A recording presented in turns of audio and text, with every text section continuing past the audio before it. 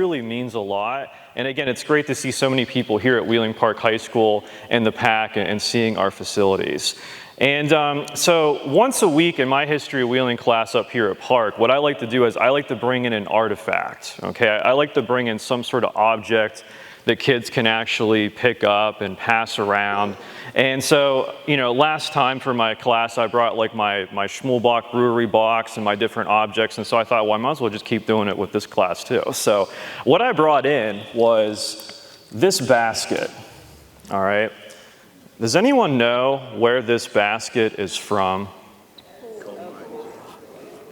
I hear a lot of you recognize this from the Wheeling Park pool system, Wheeling Park Pool or Ogilvy, all right?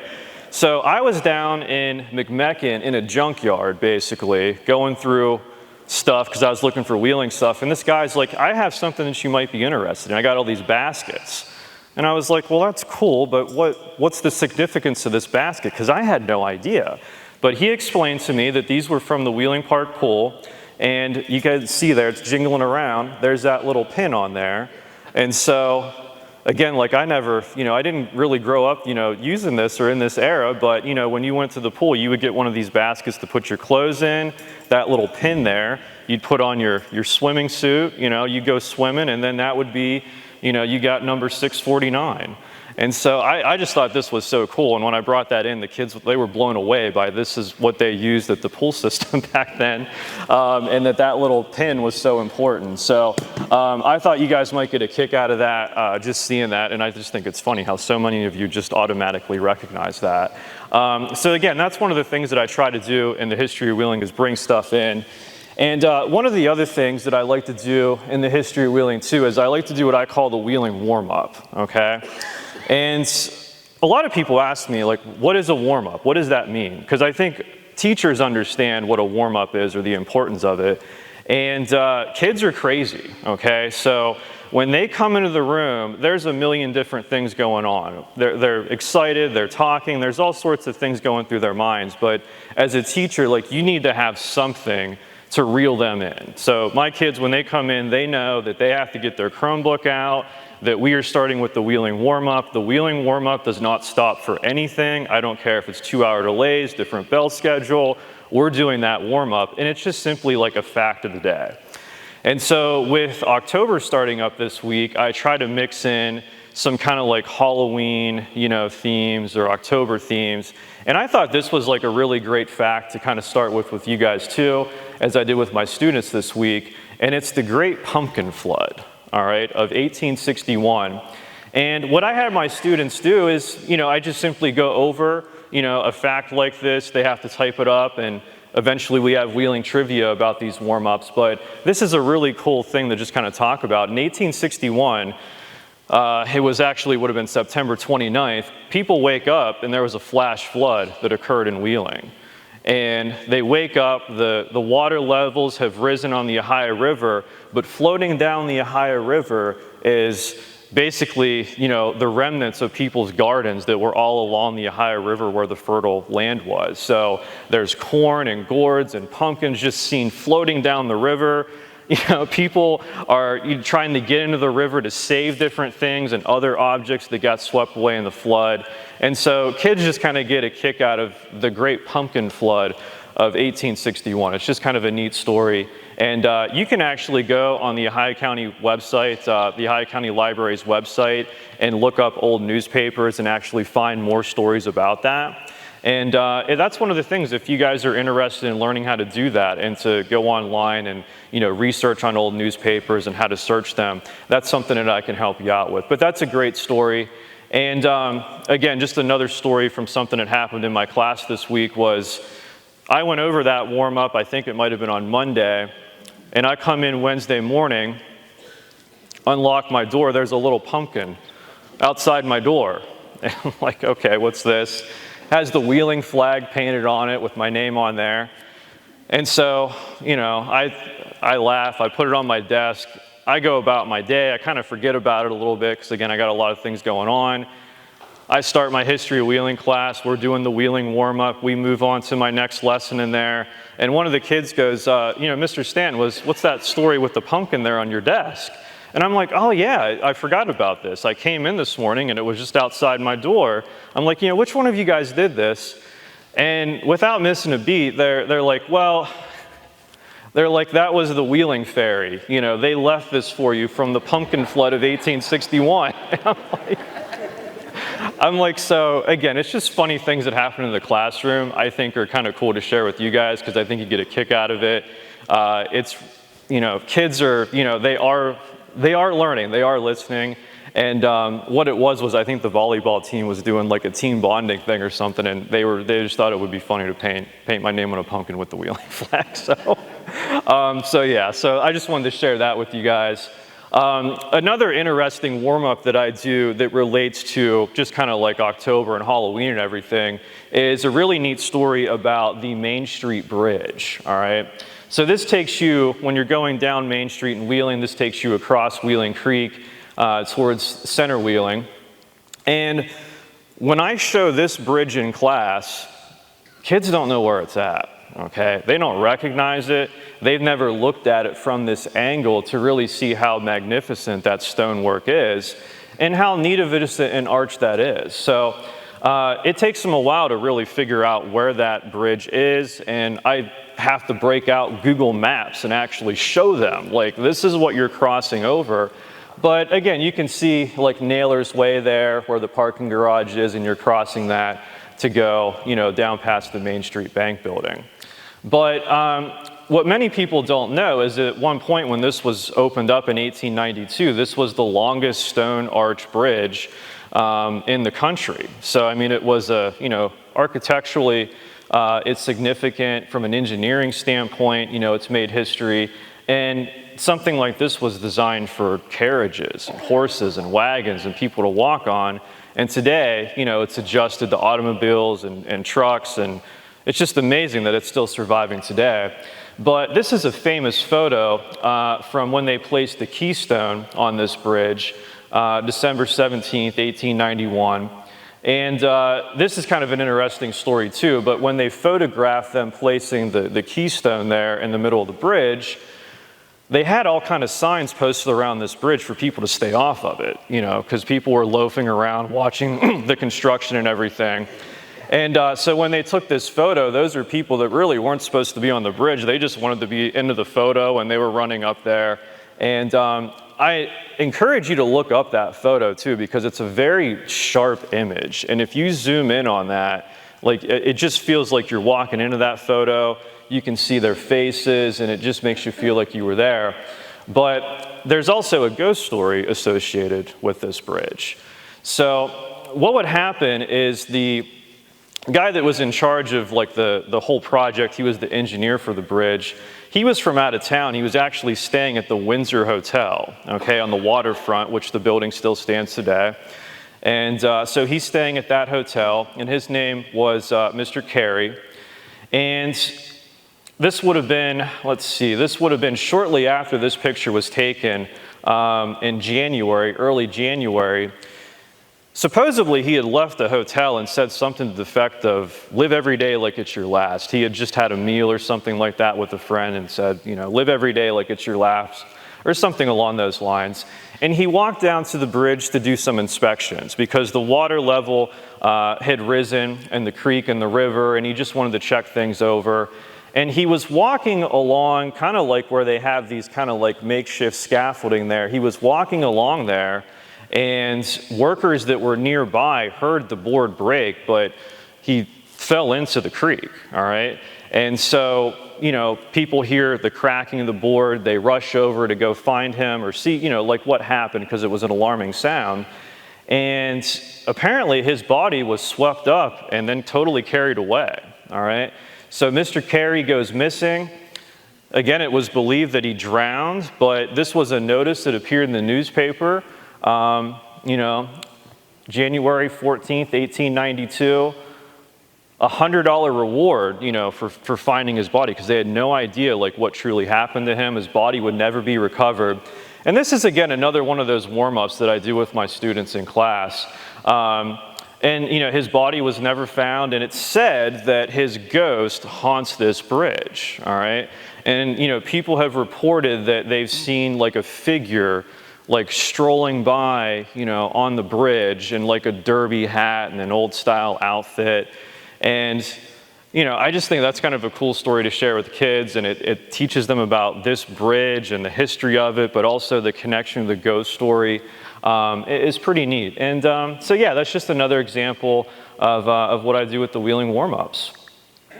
Something else along the lines of like a Halloween themed event that's going to be coming up is at Independence Hall, they're going to be holding an event October 12th, and they're calling it Spirit Night. And it's part of a fundraiser for Independence Hall, but there's going to be people portraying spirits, you know, that relate to Civil War history in Wheeling. So, you know, if you're looking for other ways to get involved in Wheeling history, this is definitely something that you could check out. And you guys can take a picture of that, or at the end, I can always go back to that slide, and there's information on there of how to get a ticket. And again, like I think that would just be something that with so many of you interested in local history, there's a lot of different things you could check out. All right? And I can go back to that if you need it, but something else I wanted to share real quick before I get into a little bit of frontier history is I also started a club this year called the Fort Henry Club. So, you know, this at one time was an exclusive men's club in Wheeling, all right? And I love being able to use that name, the Fort Henry Club. And plus I had fun designing the poster, Leap Into Wheeling History. I stole that from something else actually, from an old advertisement. But yeah, so I started this club. We meet about once a month. And this is basically just for kids that maybe, you know, they can't fit the history of Wheeling into their schedule, or they're just really in the history, you know, maybe they're thinking about majoring in history at some point, you know, just want another way to get involved. I created this club. So this is something, you know, kind of for you guys too. If you want to get involved or have ideas for things that my students could participate in, feel free to contact me, and I would be more than happy to get you guys involved, you know, to come in and possibly, you know, be guest speakers. I've had people offer to do different tours of buildings that they own with my students and things along those lines. So it's just another way that I can get my students involved in history, but, you know, you guys are more than welcome to participate too and to contact me about it. When you start teaching about Wheeling history, where do you begin?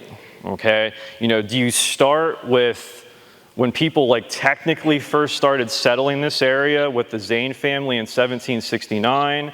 You know, do you talk about Native American history? Where do you begin? And, you know, any social studies teacher has always played with this problem, especially when you're trying to cover thousands of years in a short time period. Where do you begin? So what I like to do with my students is talk about an area that they're relatively familiar with, and you're looking at, you know, an aerial view or a Google Earth view here of Elm Grove. And Elm Grove is a very unique prehistoric community that has civilizations that date back to at least 8,000 to 10,000 years ago. People were living there as part of the community.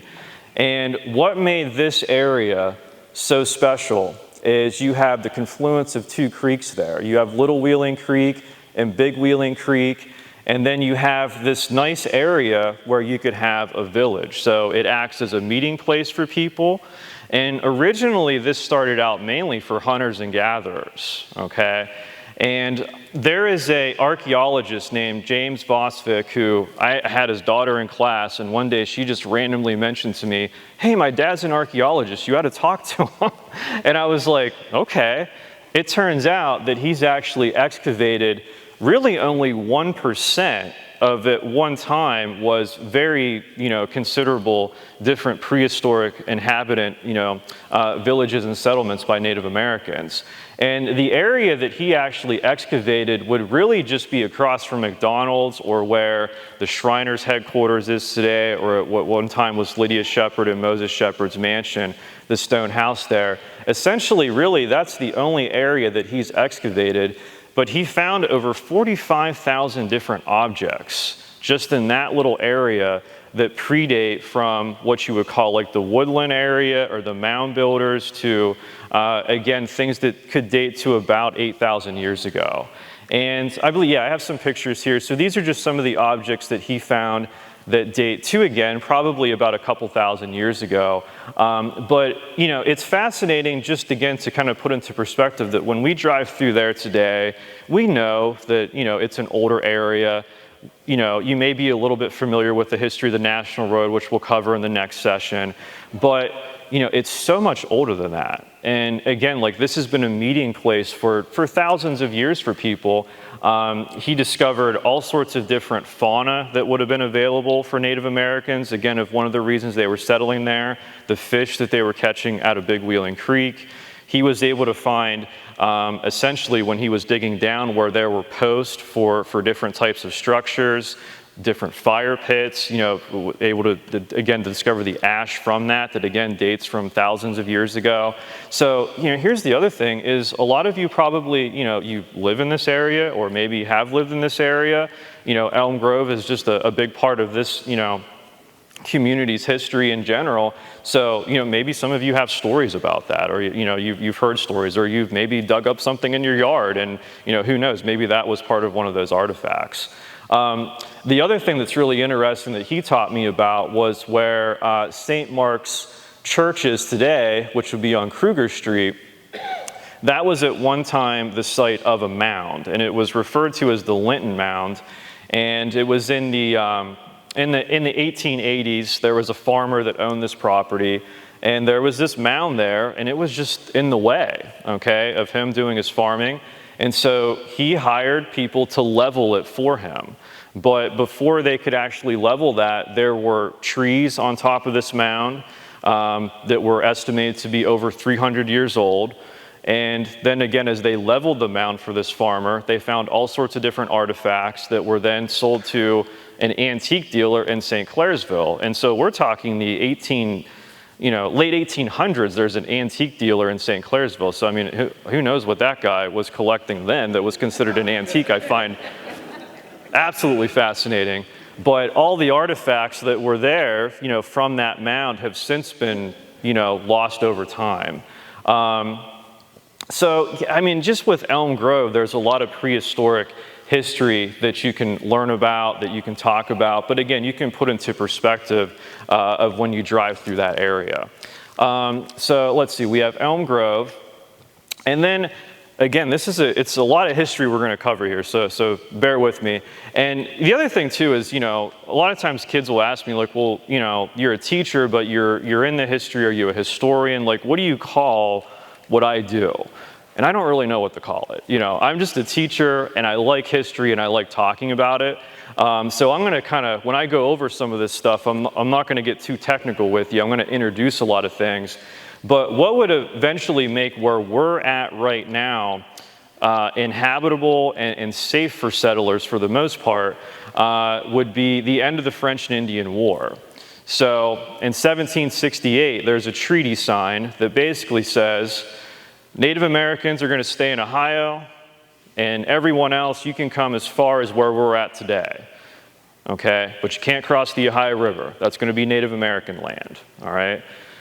Well, as soon as that treaty was signed, it was immediately broken, because as soon as people came here, they said, what's over there? Looks good over there too, let's keep going, all right? But 1768, all right, and then 1769, you have the Zane family and other families start settling in the area that we're at right now. And one of the first things they would have to do is have to build a fort, because this was a very dangerous area to try to come to and inhabit. And I always tell my students, you had to be a little crazy, okay, to want to come here. Because most of the families that would settle here were living a relatively comfortable life, probably in the eastern panhandle of West Virginia or along the East Coast, you know, building up homesteads and farms, becoming successful. So to leave that behind and come to an area that, you know, is filled with Native Americans, you know, potential warfare, you could lose everything in an instant. To come here was pretty daring, but you could also get a lot of land. You could get a large tract of land, more than maybe what you had, you know, in your previous home. So again, like, you know, once this area becomes inhabitable in 1769, we have Fort Henry that was originally called Fort Fincastle, but then changed to Fort Henry, named after Patrick Henry, the rebel governor of Virginia. We have this fort. And again, this is a tough area to teach about because kids today, they want to know what it looked like. They want to see a picture of it. And I have to say, I don't really know what it looked like. Here is one image of what this may have looked like. And just to put it into perspective, this would have been about where, the Capitol Music Hall is today. And Main Street would have sat a little bit higher back then. But this would have been a great vantage point to have a defensive fort where you could see pretty much everyone that's coming at you from the river. You have time, to plan things out. And so it would have, again, looked something like this, but eventually militiamen came up from Virginia to help out with this, but they would cut down trees, they would stick posts in the ground, make a pointed top. They would have some, like what you would call like a porthole or a little slit that you could look out to stick out a rifle or you could see out of. And this was meant strictly for defense purposes. So we have Fort Henry that's built. We have the Zane family that comes here. And that's a whole class within itself. But you have the Zanes, the Shepherd family, the Caldwell, the Boggs. A lot of those different families settle throughout the northern panhandle. And, they start homesteads, they start farms, they start trying to build productive communities. And one of the events that would happen, and let's see here, where am I at with my years? Yeah, 1777, so, you have Wheeling settled in 1769. It's a rough go. It's a very slow process to build things up, but as the American Revolution starts to break out, in 1777, we have a battle at Fort Henry, known as the First Battle of Fort Henry, in early September. And you have this guy, McCulloch, all right? McCulloch was the commander at Fort Van Meter in the Short Creek area, all right? And a battle breaks out at Fort Henry. And a lot of times these happened in early September, when harvest season was going on. If you have one of these homesteads, you're harvesting your crops right now, you're bringing things in for winter. And one of the things for Native Americans to do, because we have to think of things from their perspective, one of the things that they would do to intimidate people to try to leave this area was destroy everything when it's being harvested. Everything you've worked hard for all summer, destroy it, because that's one way to maybe get them to leave. So anyways, so we have the fort being attacked here in 1777, and McCulloch, he is at Fort Van Meter, and he gathers 40 guys to come down and help out the fort that's under attack. And as they come down towards Fort Henry, they get met by a band of Indians, and eventually, he tries to get those 40 guys to the fort because he knows he's going to need them. He's the guy in charge. But he gets headed off down there, and he kind of gets trapped, and then he goes up, kind of imagine Wheeling Hill today, and he gets to the top there, and then he's met by another group of Indians, and then he has nowhere to go but to leap, all right? And I show kids this picture, okay, and I put it up there for a few seconds to kind of get them to look at it. And then, I tell them to laugh a little bit because I'm like, do you think that that's what McCulloch's leap really looked like? And they start looking at it and they're like, no, there's no way that that's what really happens, okay? And, I have to explain to them that, again, this is a tough era to learn about because people didn't write things down. People were just trying to survive. But I do believe that something like this happened, but I explained to my students that it was probably something more like this. It was probably more of a slide, to be able to get away from, the Indians that were attacking him. And so it's an interesting story. There's a lot more to it than that you can learn about, but that's one of the major events from Fort Henry and Wheeling, like frontier history that often comes up. But again, I tell my students, like, it's okay to laugh at that, okay? And I hope that when people talk about me and portray me in history, they show a cool image of me like that, okay? But as a historian, really think about that era, and again, like, they were just trying to survive. So something like this probably happened, but over time through the story was embellished. So again, like, I've found that my Wheeling warm-ups it's a valuable tool to get like facts and information out there for my students. And one of the things that they ask me is they're like, so this guy McCulloch, where'd he live at? okay? Like, where was his property? Okay, you keep talking about all this land that was claimed, where was it? And so this is known as the McCulloch House, okay? Now, he would never live here. It would be his descendants that build this, but kind of follow me here. But when you're traveling on GC&P Road, okay, which I'm sure a lot of you guys are going to be familiar with all of this here because you use it all the time. But when you're on GC&P Road, you have McCulloch Drive. So again, there's those place names, okay, that are so important that we see all the time.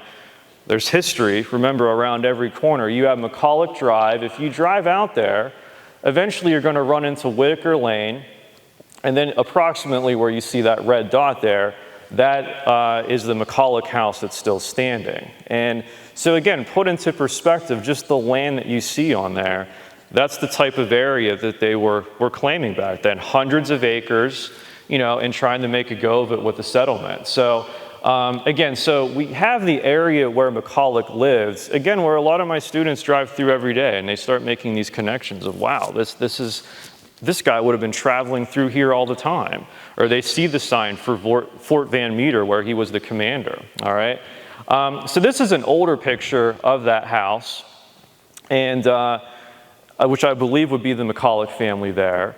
And this home was eventually purchased by the Whitaker family, who did an amazing job at preserving it. So McCulloch would never live here, okay? He had a log cabin on this property, and eventually we'll get to what happened to him. But his relatives would build this house that, again, dates to the 1840s. And this is just a picture from a newspaper from when the Whitaker family was, you know, having it restored, and just an article showcasing that. It actually has the original spring house. The stone spring house is still there. And then again, so this would be like my little warm-up that I would show my students. But what eventually happened to Samuel McCulloch is he would be on a scouting party in Ohio County, and in 1782 meets up with a band of Indians that he doesn't get away from this time. And he is killed, and legend has it that when his body was discovered, his heart had been removed, all right? And which, again, wakes up kids a little bit because they're like, what? Like, why was his heart removed? And I asked students, you know, why do you think his heart was gone, or what happened to it? And again, like legend would have it, is that Native Americans, they knew who he was, okay? They were aware of him and, you know, McCulloch's leap or the slide, and they wanted his bravery, which again is part of, again, like, you know, the legend of the story. But yeah, so he would build a cabin on this property. Again, he would never live in that stone house, but his relatives would build that in the 1840s. And it's amazing that it still stands today. And, you know, this is essentially down a lane that really most people would never, you know, drive down unless you knew someone. But I thought that would be cool to share with you, again, when you hear about McCulloch's leap, to put into perspective of, again, like where he lived, and again, that home still being there today. And again, one of the funny stories from my class is I'm going over this warm-up, and a girl raises her hand, and she's like, my best friend lives in that house. And I'm like, what? It's like, this house right here? Like, you're sure, right? And she goes, yeah. And I'm like, well, it must have been recent that she moved in, right? And she's like, yeah, so this house was on the market probably, you know, maybe 3 or 4 years ago. And again, one of my students goes to this house all the time because she's just to see her friend. So again, kind of a neat connection that this girl's going to this house, you know, doesn't know, just going to see her friend, but turns out that it's a very historic property. So yeah, I wanted to share that with you. And again, McCulloch, you know, would only live until 1782. And the year 1777 is known as the Bloody Sevens because another event that would happen just really a few weeks later after McCulloch's leap in the first Battle of Fort Henry would be Foreman's Massacre. So what you're looking at here is the Narrows. And I always explain to my students that, you know, during this era, if you were a settler, one of the things that you would have been looking for out on the horizon is black smoke. Because black smoke meant that there was probably a raiding party of Native Americans coming through, and they burned a cabin, they burned a field. So I always tell my students, when you walk outside, check for black smoke, you know, just to joke with them a little bit. Because again, that would have been common though. You know, you would have been worried if you saw that. So in 1777, at late September, everyone's at Fort Henry because people are nervous. They don't know what's happening. They don't know if they're going to be attacked again. It's not safe to be, out and about, or, in the middle of Ohio County somewhere without, being close to protection. So they wake up one morning, they see smoke, south of the river, about where, Moundsville would be today. And an expedition gets together to go down and investigate it, led by a guy named Captain Foreman. So they spend the day making their way down to Moundsville. They see that a cabin has been burned. They can tell that, Native Americans have been in the area, but there's really nothing that they can do. They stay there for the night. And when they wake back up, they're going to go back to Wheeling. But this argument breaks out about which way to go back home, all right? So there was a guy, John Lynn, that says, look, when we go back home, we can't go back through the Narrows. So again, the area that we drive on today to go back and forth to Glendale and Moundsville, was still essentially kind of known as the Narrows then because of that tight passageway and being so close to the hill and the river. He said, look, if we go back that way, we're asking for trouble, because if there are Indians in the area, we could be attacked. And so Captain Foreman says, no, we got to get back to the fort as soon as possible. So an argument breaks out. John Lynn and a few other guys end up taking the highway, up on the hillside there, because they say, look, it might take us longer to get back home, but at least we know we'll be safe. And so Captain Foreman and the majority of his other men, which is approximately 30 to 40 guys, they go through the Narrows, and legend has it, as they're in the middle of the Narrows, up ahead, they see some shiny objects. And I mean, if you guys saw something shiny up ahead, what would you do? You want to go investigate it, all right? And so guys kind of run up because they don't know what this is. It could be, some sort of trinket that they could maybe sell or trade for something else. They want to know what's up there. And as they run up there, guess what happens? They're ambushed from Indians, and there's a major massacre that happens there. Again, records are a little loose here, but you have probably 20 to 25 men that are killed in this, massacre. And this is devastating for the frontier at this time and for anyone trying to settle, because, you have sons that were killed, husbands that were lost, families that are broken up now. And, are you going to stay here? Are you going to try to continue to make a go here when it's so dangerous? So a lot would leave, but, a lot would also stay. And then we fast forward to 1782. So 1782 would be the second battle of Fort Henry, and that would be known as also the last battle of the American Revolution. So this would be the last time that, patriots actually fought British soldiers. So like who would show up here would be Native Americans and also British soldiers fighting, again, the patriots on the frontier here. And this would be known famously for Betty Zane's Run, okay? And again, there's a lot of history here, so I'm going to sort of gloss over it, but you have Ebenezer Zane, the commander of Fort Henry, known as the founder of Wheeling, in charge of the fort. And so this is it's a little hard to maybe see there, but you have the fort over here, and right over here would be the Zane cabin, so about 60 yards away from the fort. As this battle ensues, inside the fort, they'd start running low on gunpowder. And an argument breaks out with Ebenezer Zane, the commander, of why don't we have more gunpowder here? You know that this is September. You know that this is a time where we could be attacked.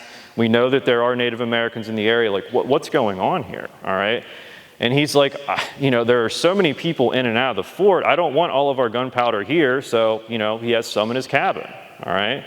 And what would end up happening is Betty Zane would say, hey, look, I can get to I can get to the cabin, get the gunpowder, and then make it back, all right? I can get all the gunpowder we need to again, get this battle to quiet down, and we'll be okay.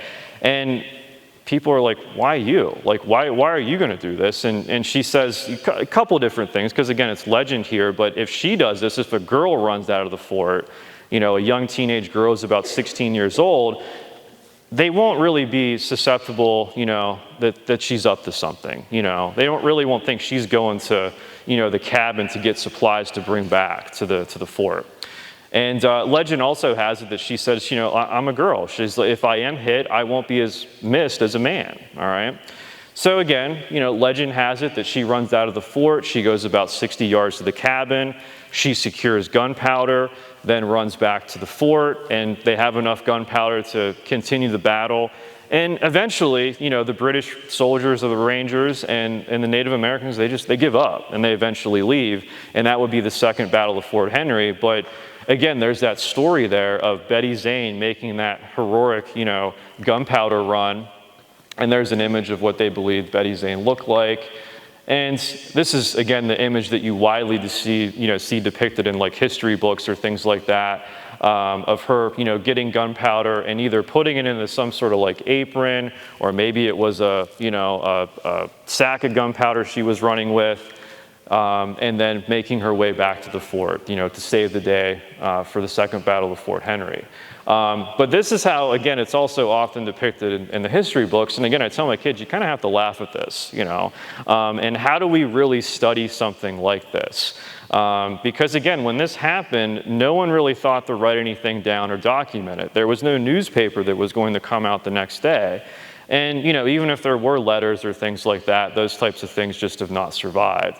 But I tell my students, it didn't happen like this. There was no little dog, barking at the, and she wasn't just like, here you go, here's the gunpowder. So, again, like these events, they're fun to teach about because they're great stories. And again, I do believe that, something like this happened. Later on, though, there would be Lydia Shepherd who would claim that it was another girl who did the gunpowder run. It wasn't Betty Zane, so a little controversy, over things like this too, and who actually made the charge. Now, something that I don't have a lot of time to really talk about, but is Louis Wetzel, Louis Wetzel was another interesting character from the frontier era. And he's a very famous Indian scout fighter. Some would say essentially murderer of Indians. But what would happen is his father and his brother would be killed by Indians, and he basically swore vengeance towards them. And he saw it as his job to keep them out of the area and keep people that he cared about safe. And one of the areas associated with Louis Wetzel is Louis Wetzel's Cave. And I might save him a little bit for next time. You might get a warm-up about Louis Wetzel for the next session, because there's a lot more I want to say about him. But we got to kind of move on here. So one of the things that I kind of want to end with is, again, like if you're interested in learning more about Wheeling history, there are so many different people that specialize just in different parts of Wheeling history. And there's a lot of people very interested in the frontier era, the life of the settlers. And there's a great book out there called Every Home a Fort, Every Man a Warrior, which really puts into perspective that if you were coming here, you truly had to be a fighter. You had to be a warrior. You had to be tough. You had to even be probably a little crazy to want to come here and take on, this frontier, and again, all the different ways that you could be attacked. But one of the things that I have my students do is I print off that map for them, and I give them a little map quiz. And I kind of try to make it a little funny, but I'm like, if Fort Henry is being attacked, where can you go? If Fort Shepherd is being attacked, how far? Do you have to go to the next location? And I give them a little map quiz on these locations. But, if you can see some of the names on there, like your Fort Van Meter, Shepherd's Fort, which was essentially right across from McDonald's or in that area. You have the Grave Creek Blockhouse in Moundsville. You have like Holiday's Cove Fort, which would be Weirton. You have Fort Steuben, which they have their recreation of the fort there. This is a great map that really puts into perspective of all those different place names that we see, that we hear, that are on road signs. Those little stories, they actually have a meaning to this frontier era.